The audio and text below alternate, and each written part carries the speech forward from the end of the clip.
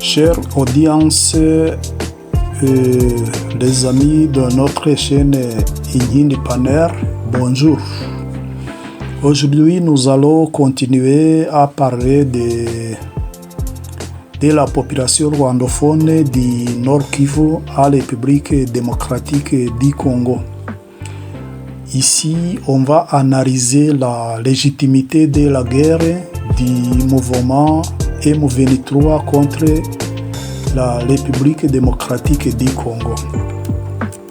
Donc, la légitimité de la guerre du M23 contre la République démocratique du Congo est une question complexe qui dépend de plusieurs perspectives, par exemple perspective juridique, perspective politique et perspective historique et morale.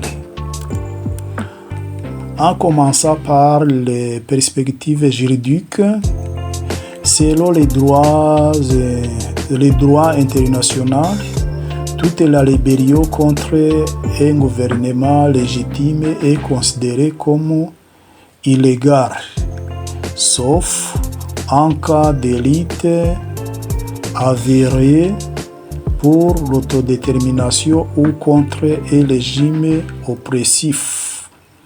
La RDC est toujours accusée de nombreuses violations des droits de l'homme par les Nations Unies et d'autres organisations. Ces violations sont commises par les FARDC, c'est-à-dire les forces armées de la République démocratique du Congo, et les groupes armés combattants aux côtés de la République démocratique du Congo, par exemple les groupes comme Wazalendo, les FDLR, c'est-à-dire les ex-génocidaires du Rwanda, et beaucoup d'autres.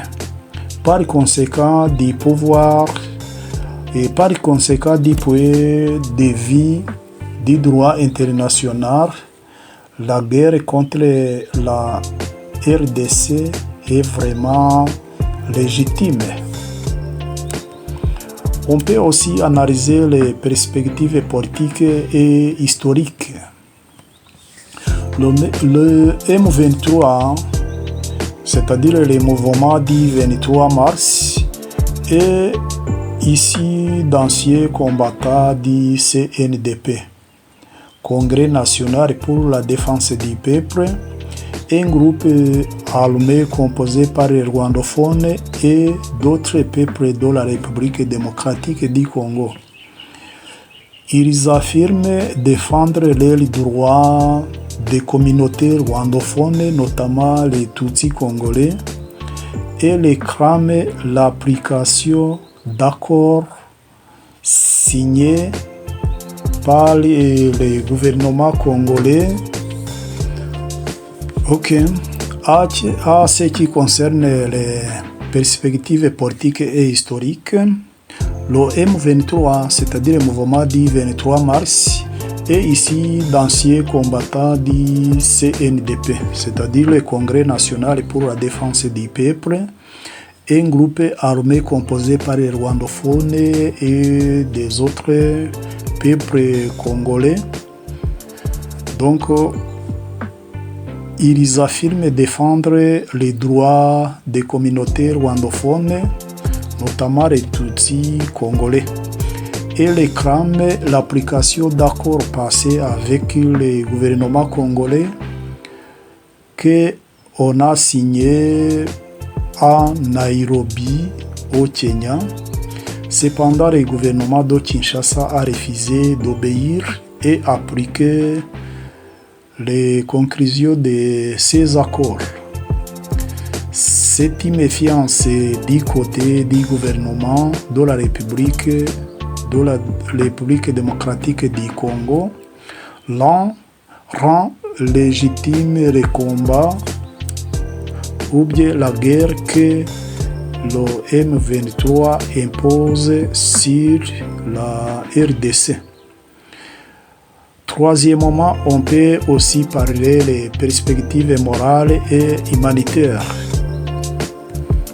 les groupes armés qui forment les Wazalendo, les FDLR, c'est-à-dire les anciens génocidaires du Rwanda, sont accusés de nombreuses exactions contre les civils, y compris des massacres, des violences sexuelles et des déplacements forcés de la population rwandophone, principalement les Tutsis du Nord Kivu.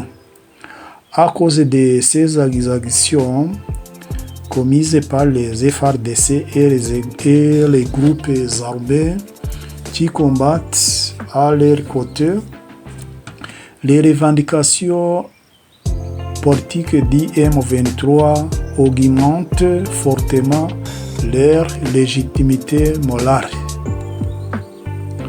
Donc, pour la conclusion, du point de vue du droit international et la citoyenneté de la population congolaise qui parle le Kinyarwanda, principalement les Tutsis,